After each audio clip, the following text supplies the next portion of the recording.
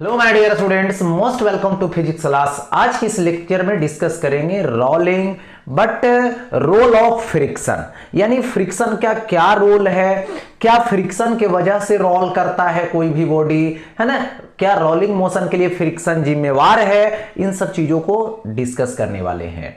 और वो भी हॉरिजॉन्टल सरफेस पे और इनक्लाइंड सरफेस पे। यदि आप चैनल पे पहली बार हैं तो चैनल को सब्सक्राइब कर लें और इस सेशन को लाइक कर दें, क्योंकि रोलिंग मोशन जो होने वाला है आज बहुत ही खास होने वाला है। और क्यों रोलिंग होता है, फ्रिक्शन की क्या रोल है, सभी चीजों को बारी बारी से डिस्कस करेंगे। तो सबसे पहले यहां पे आता है rolling on rough horizontal plane. क्योंकि फ्रिक्शन लगेगा तो रफ सरफेस होनी चाहिए, तो फ्रिक्शन अप्लाई होगी। अच्छा, तो यहां पर हमने क्या देखा कि एक जो है हमारे पास ये रोल करने वाला बॉडी है। रोल करने वाला बॉडी, रोलिंग मोशन उसी का होगा जो कैसा होगा, गोलाकार होगा। जैसे रिंग है, डिस्क है, सिलेंडर है ना, स्फेयर है, ये सब चीजें क्या होते हैं, गोलाकार होता है, जिसका रोलिंग मोशन पॉसिबल है, मतलब रोटेट करते हुए आगे जाना पॉसिबल है। लेकिन यदि ले लोगे क्यूब शेप का, क्यूबाइड शेप का, ऐसा ले लोगे, है ना, तो ये जो है से रोल करने वाले नहीं है। अच्छा, तो यहां पर हमने लिया और ये इस तरह से ग्राउंड है, यानी हॉरिजॉन्टल रफ सरफेस है।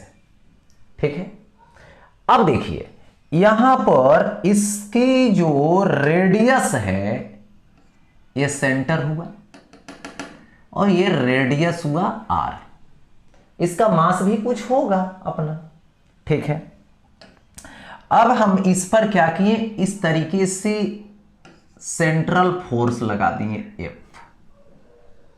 ठीक है, अब ये आगे मोशन करने वाला है, तो ये जो कांटेक्ट पॉइंट है वो किधर जाने वाला है, क्योंकि फोर्स लगाएंगे तो आगे ले जाएगा, तो आगे जाने वाला है, तो इस पर फ्रिक्शन की टेंडेंसी किधर होगी, रिलेटिव मोशन का अपोज करेगा। अब क्या हो गया कि यदि फ्रिक्शन नहीं होता तो ये पेयर नहीं बनता, कपल ऑफ फोर्स नहीं बनता, और कपल ऑफ फोर्स नहीं बनता तो बॉडी रोटेट नहीं करता, क्या कहा जाता, स्लाइड करते चला जाता। तो इसलिए यहां पे फ्रिक्शन जैसी बैक साइड लगा, पेयर बन गया, कपल बन गया, तो क्या होगा, ये ब्लॉक जो है से इस तरह से रोटेट करना शुरू कर देगा एंगुलर एक्सेलरेशन अल्फा से, और ये जो है आगे जाने लगेगा ये एक्सेलरेशन से।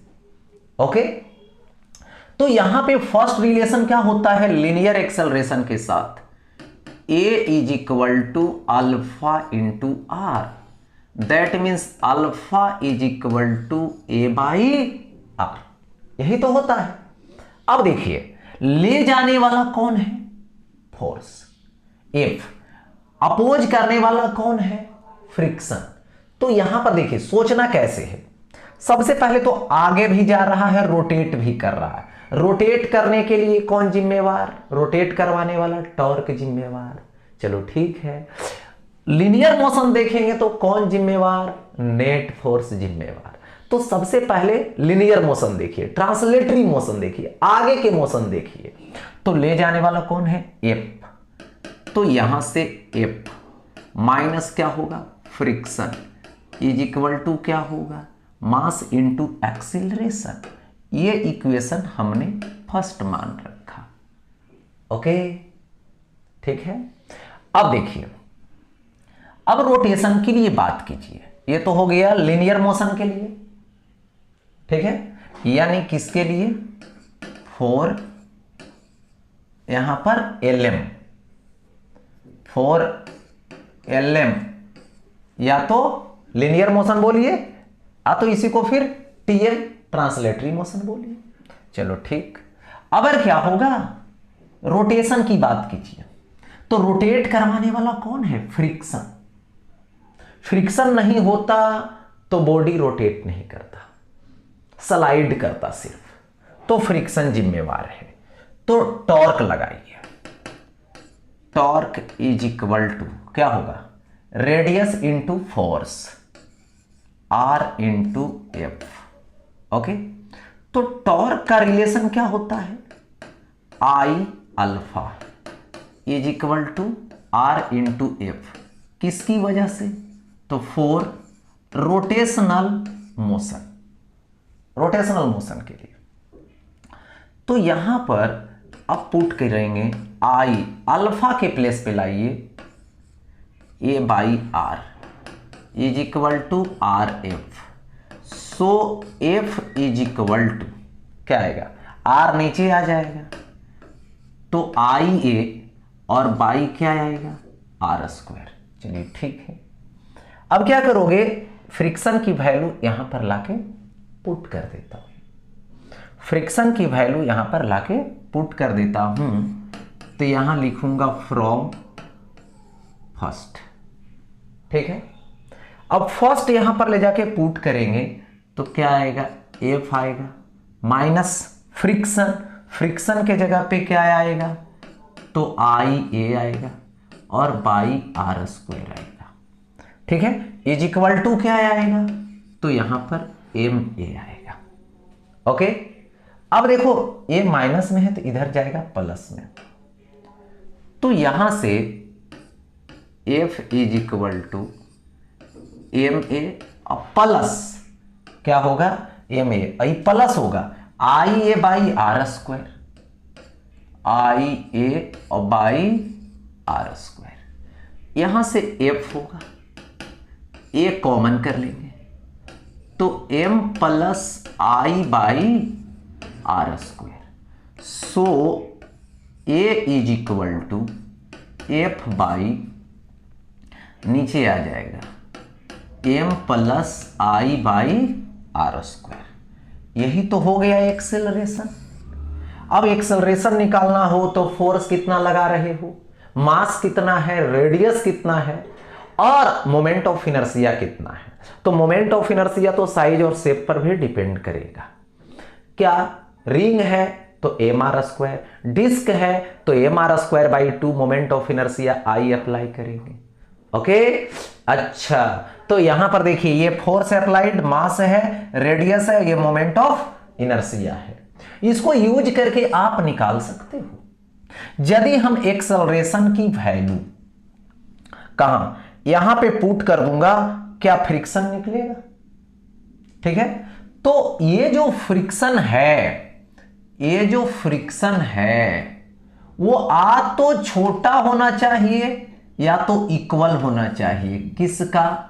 तो म्यू एस एन का, स्टैटिक जो कोफिशिएंट होता है फ्रिक्शन का, और वो नॉर्मल, यानी एक्चुअल में फ्रिक्शन इतना ही लगेगा। किसी भी सरफेस पर फ्रिक्शन का क्या फार्मूला था? म्यू एन, उतना ही लगेगा।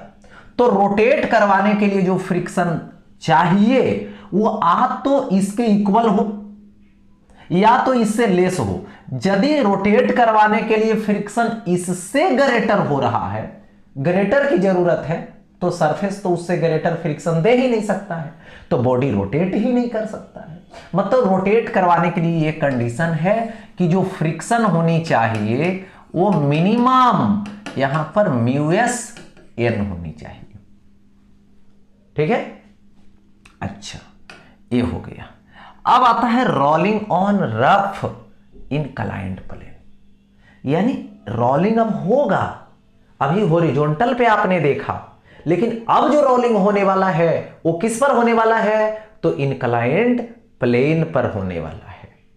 ओके, अच्छा देखा जाए तो यहां पर हमने एक जो है यहां पर सबसे पहले हमने रोल करने वाला बॉडी लिया, और मैंने बोला रोल करने वाला बॉडी स्फेरिकल होनी चाहिए, गोलाकार होनी चाहिए। ठीक है, और इसको हमने एक इनक्लाइंड प्लेन पर हमने रख दिया। ओके, अब ये जैसे रिलीज करेंगे, यदि ये स्मूथ रहेगा तो स्लाइड कर जाएगा। क्या कर जाएगा? स्लाइड कर जाएगा। और यदि रफ रहेगा तो गोल गोल गोल गोल घूमते आएगा। मतलब घूमेगा भी, रोटेशन भी करेगा, आगे भी बढ़ेगा, मतलब रोटेशन मोशन भी होगा, लिनियर मोशन भी होगा, जिसको हम लोग रोलिंग मोशन बोलेंगे, रोल करते रहेगा। चलो ठीक। अच्छा, तो देखिए सबसे पहले यहां पर बॉडी है, इसका डाउनवर्ड क्या लगेगा, mg लगेगा, यहां से dot dot dot dot dot dot dot dot ऐसे कर दो। ओके, तो ये थीटा है, तो ये तो थीटा होगा, क्यों, क्योंकि ये 90 डिग्री, तो ये 90 माइनस थीटा, तो ये थीटा, तो ये साइड क्या होगा, mg cos थीटा होगा, और ये अप्लाई क्या होगा, नॉर्मल, नॉर्मल बैलेंस कर लिया mg cos थीटा को। बट अब ये जो है डाउनवर्ड मोशन करवाएगा, कौन करवाएगा, इसका mg का एक कंपोनेंट mg cos थीटा, इधर एंगल नहीं बना रहा है, एंगल नहीं बनाएगा जिसके साथ साइन में, जिसके साथ बनाएगा कॉस में। देखो तो यहां तो ये आगे लाना चाह रहा है, स्लाइड करवाना चाह रहा है, ठीक है, मतलब यहां पर सोचिए, तो ये जो कांटेक्ट पॉइंट है इस स्फीयर का, मान लो स्फेरिकल जो बॉडी है उसका, तो ये mg sin थीटा आगे ले जाना चाह रहा है, लेकिन कांटेक्ट में है, तो रिलेटिव मोशन का अपोज करेगा, कौन अपोज करेगा, फ्रिक्शन। अब क्या होगा, mg sin थीटा और फ्रिक्शन मिलकर के पेयर बना लिया। mg sin थीटा की टेंडेंसी है कि तुम स्लाइड करो, आगे चलो, लेकिन फ्रिक्शन उसको रोक देता है, रोकने के बाद क्या करवाता है, ये रोटेट करवाता है, कितना एक्सेलरेशन से, एंगुलर एक्सेलरेशन अल्फा से, और ये रोल करेगा या आगे बढ़ेगा कितना एक्सेलरेशन से, ए से। तो यहां पे अभी मैंने बोला कि रिलेशन क्या होता है, A is equal to alpha into R, alpha is equal to A by R, हो गया। अब यहां पर बात करें कि जब ये गोल गोल घूमते हुए आगे जाएगा, तो घुमा किसके वजह से, फ्रिक्शन के वजह से, फ्रिक्शन नहीं होता तो स्लाइड करता सीधा चला जाता, मतलब फ्रिक्शन जिम्मेवार है रोटेशनल मोशन के लिए। तो सबसे पहले दो मोशन होगी, लिनियर मोशन पे हम लोग पहले बात कर ले, तो लिनियर मोशन में नेट फोर्स कितना होगा, लाने वाला माइनस अपोज करने वाला, तो लाने वाला कितना है, mg sin थीटा है, अपोज करने वाला लीजिए, क्या लीजिएगा, फ्रिक्शन लीजिएगा, ओके, इज इक्वल टू क्या लीजिएगा, मास इंटू एक्सीलरेशन लीजिएगा। ये इक्वेशन फर्स्ट हो गया, किसके वजह से हुआ, तो for linear motion, LM linear motion, या तो ट्रांसलेटरी मोशन, है ना, सीधा मोशन के लिए। चलो रोटेट कौन करवाया, फ्रिक्शन करवाया, किसके वजह से, फ्रिक्शन के वजह से। तो यहां पे टॉर्क इज इक्वल टू क्या होता है, बेसिक कंसेप्ट आई अल्फा होता है, किसके लिए, तो यहां पर फॉर रोटेशनल मोशन। टॉर्क के जगह पे क्या रखोगे, रेडियस इंटू फोर्स रखोगे, रेडियस ये देखो सेंटर, और ये radius into force is equal to I alpha, alpha के प्लेस पे क्या रखोगे, ए बाई आर, आर इधर जाएगा तो friction is equal to I a और बाई आर स्क्वायर होगा, ओके।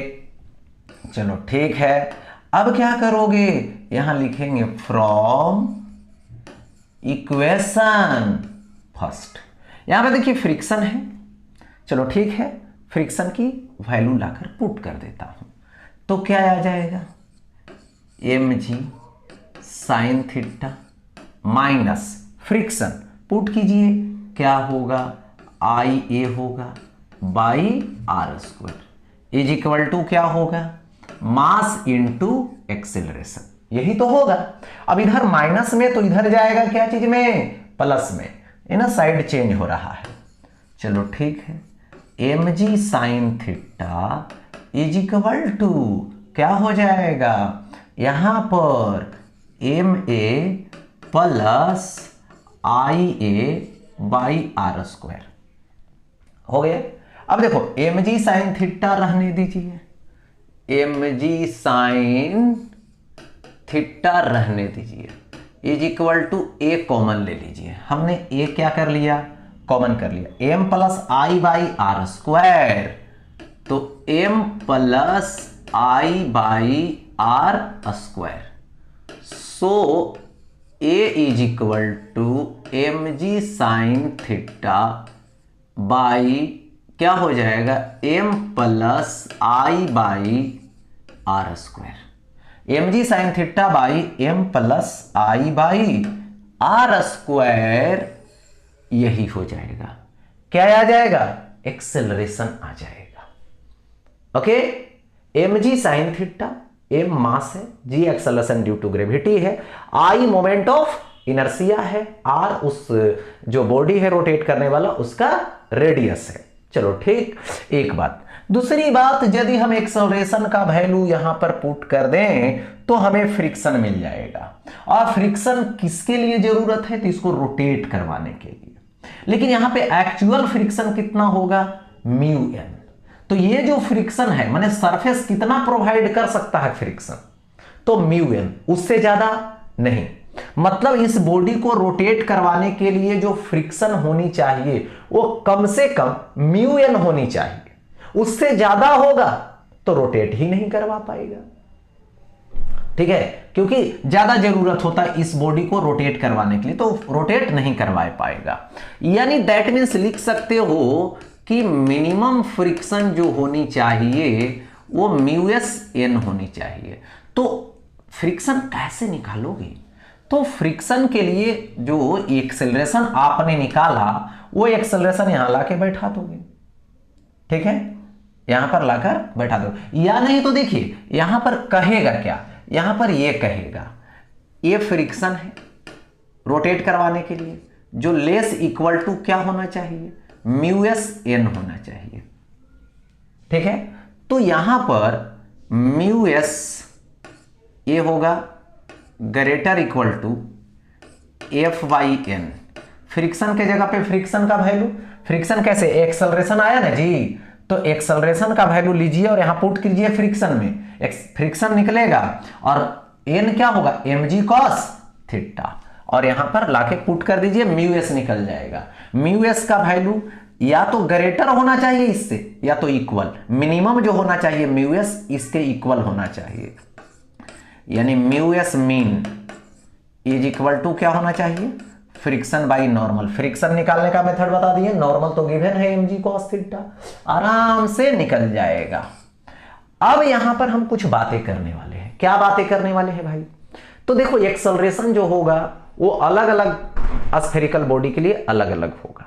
जैसे रिंग है, घूमने वाला है, तो रिंग का मोमेंट ऑफ इनर्शिया अलग, एक्सेलरेशन अलग होगा। और ये चीज देखिए यहां पर तो अभी एक नंबर में अभी बात करने वाले हैं फॉर रिंग, और ले लीजिए हॉलो सिलेंडर ले लीजिए, थीन हॉलो सिलेंडर लीजिए। क्या लीजिए, थीन हॉलो सिलेंडर लीजिए, थीन हॉलो सिलेंडर ले लेता हूं। चलिए, तो दोनों का मोमेंट ऑफ इनर्शिया सेम होता है, I is equal to M are square.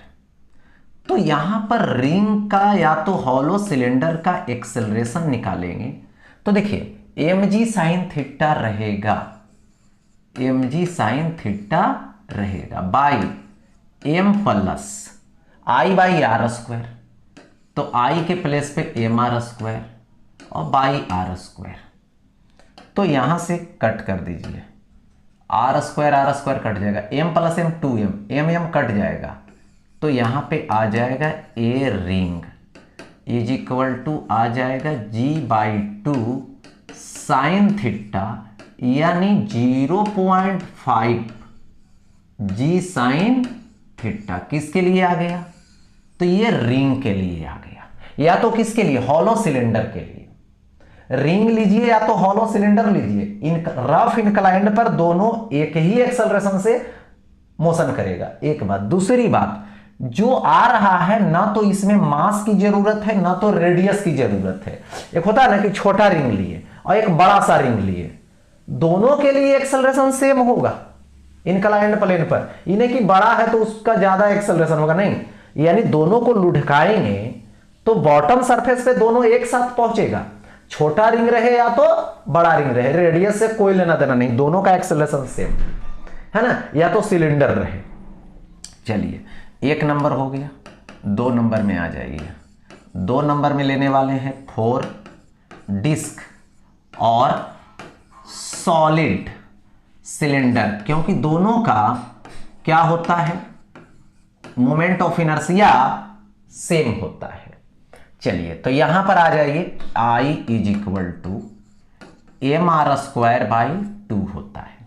चलो ठीक है, तो A disc is equal to mg sine theta लीजिए, बाई लीजिए m प्लस आई लीजिए, तो आई के प्लेस पे mr² लीजिए बाई 2r² लीजिए। अब यहां से क्या होगा, सो देखिए, तो r² से r² कट जाएगा, तो कितना आएगा 1 प्लस हाफ मतलब 3/2, तो सो ए डिस्क लीजिए, तो कितना आ जाएगा 2 ऊपर चला जाएगा बाई 3 हो जाएगा जी साइन थीटा, या तो 2/3 है, यहां पे 0.66 जी साइन थीटा आएगा। यानी अब देखिए, डिस्क रहेगा तो इतना एक्सेलरेशन आएगा, इसको भी रेडियस और मास से कोई लेना देना नहीं है। यानी छोटा डिस्क रहे या तो बड़ा डिस्क रहे, छोटा सिलेंडर रहे या तो बड़ा सिलेंडर रहे, एक्सेलरेशन सेम होगा। जब एक साथ लुढ़काएंगे इनक्लाइंड प्लेन पे, रफ इनक्लाइंड पे, तो दोनों बॉटम सरफेस पे एक साथ पहुंचेगा। छोटा डिस्क या तो बड़ा डिस्क ले, या तो डिस्क ले और सिलेंडर ले, दोनों का एक्सेलरेशन सेम है सभी का। अब देखिए यहां पर, अब दोनों में कंपेयर कीजिए, ये है 0.5 जी साइन थीटा, ये है 0.66 जी साइन थीटा। इसका मतलब है कि रिंग या तो हॉलो सिलेंडर का एक्सेलरेशन कम होता है, किससे, तो डिस्क से, या तो सॉलिड सिलेंडर से। ओके, अब देखो आगे बढ़ता हूं नेक्स्ट। अब आता है यहां पे 3rd नंबर। 3rd नंबर की हम बात करने वाले हैं, और ये 3rd नंबर में अभी बताने वाले हैं 4 हॉलो स्फीयर। चलिए, हॉलो स्फीयर आ गया, तो हॉलो स्फीयर की सबसे पहले मोमेंट ऑफ इनर्शिया लेंगे, तो 2/3 mr² आ गया। ठीक है, अच्छा देखो, तो यहां पे AHS मतलब एक्सेलरेशन हॉलो स्फीयर का, mg साइन थीटा होता है बाई m होता है, प्लस I/r², तो I का वैल्यू 2/3 mr² और बाई r²। चलिए, ये हो गया। अब यहां से r² से r² कैंसिल। ठीक है, अब देखिए होगा क्या, ये हो गया 3m और ये हो जाएगा, एलसीएम लेंगे तो 3m और प्लस 2m 5m, 3 ऊपर चला जाएगा और m कट जाएगा, तो ये हो जाएगा 3/5 AHS 3/5 और ये होगा G sine theta is equal to क्या आएगा, 3/5 मतलब 0.6 और ये आएगा जी साइन थीटा। ओके, तो यहां पे आ गया एक्सीलरेशन किसका, हॉलो स्फीयर का, 3/5 जी साइन थीटा यानी 0.6 जी साइन थीटा। अब एक बात बताइए कि हॉलो स्फीयर छोटा रहे या तो बड़ा रहे, रेडियस से कोई मतलब नहीं, मास से कोई मतलब नहीं, इक्वल ही एक्सेलरेशन होगी। एक दूसरा बात कि 0.6 है, यहां पर 0.66 है, मतलब सॉलिड सिलेंडर या तो डिस्क का एक्सेलरेशन उससे ज्यादा होगा, और जो हॉलो स्फीयर का आएगा वो रिंग से कम होगा, सॉरी रिंग से ज्यादा होगा और डिस्क से कम होगा। चलिए, ये हो गया। इसके बाद अब आ जाइए यहां पे 4 नंबर में क्या है भाई, तो अब आता है 4 सॉलिड स्फीयर लेने वाले हैं, ठीक है, सॉलिड स्फीयर। तो इसकी जो मोमेंट ऑफ इनर्शिया होगी वो I इज इक्वल टू 2/5 होगा, mr² होगा। ओके, अब देखिए, तो एक्सेलरेशन सॉलिड स्फीयर का लेने वाले, ठीक। अब क्या होगा, यहां पर होगा mg sine theta. Okay, mg sine theta हो जाएगा, बाई क्या आएगा, m प्लस i, तो 2/5 mr² अब यहां पर यदि हम कट करें तो ये कट जाएगा। देखो 5 एलसीएम लेंगे तो 5 + 2 7 हो जाएगा, 5 ऊपर चला जाएगा, तो ASS, तो ये 5 ऊपर जाएगा, बाई 7 होगा, m तो कट ही जाएगा, g साइन थीटा आएगा। ओके, तो ये आ जाएगा अप्रॉक्स 0.7 g साइन थीटा। इसका मतलब है कि सबसे ज्यादा एक्सेलरेशन किसी का होगा रफ इनक्लाइंड प्लेन पर रोलिंग मोशन के टाइम, तो वो है सॉलिड स्फीयर, वो है सॉलिड स्फीयर। यदि सभी को एक साथ एक ही इंक्लाइंड प्लेन पे लुढ़काएंगे तो सबसे पहले पहुंचने वाला जो होगा वो होगा सॉलिड स्फीयर। और सबसे बाद सबसे कम एक्सेलरेशन किसका दिख रहा है, तो रिंग का, यानी सबसे छोटा एक्सेलरेशन रिंग का। उसके बाद किसका, हॉलो स्फीयर का। उसके बाद किसका, डिस्क का। और सबसे ज्यादा एक्सेलरेशन है, तो यहां पर हम लोग ऐसे लिख सकते हैं, दैट इज क्या लिखोगे, सबसे छोटा एक्सेलरेशन रिंग का, या तो फिर हॉलो सिलेंडर का, क्योंकि रिंग का और हॉलो सिलेंडर का सेम होता है ना। इससे बड़ा किसका होगा, तो यहां पे हॉलो स्फीयर का। इससे बड़ा किसका होगा, तो डिस्क का, या तो सॉलिड सिलेंडर का। और इससे भी बड़ा किसका होगा, तो सॉलिड स्फीयर का। तो सबसे बड़ा जो एक्सेलरेशन होने वाला है होगा वो किसका होगा जी, तो बोलिएगा सॉलिड स्फीयर का। सबसे कम रिंग का, रिंग से ज्यादा हॉलो स्फीयर का, हॉलो स्फीयर से ज्यादा डिस्क का। तो इस तरह से क्या हो गया, असेंडिंग ऑर्डर में सजा दिया गया। ओके, तो यहां पे रोलिंग मोशन इसी के साथ इंड होता है रफ सरफेस पर और इनक्लाइंड सरफेस पर।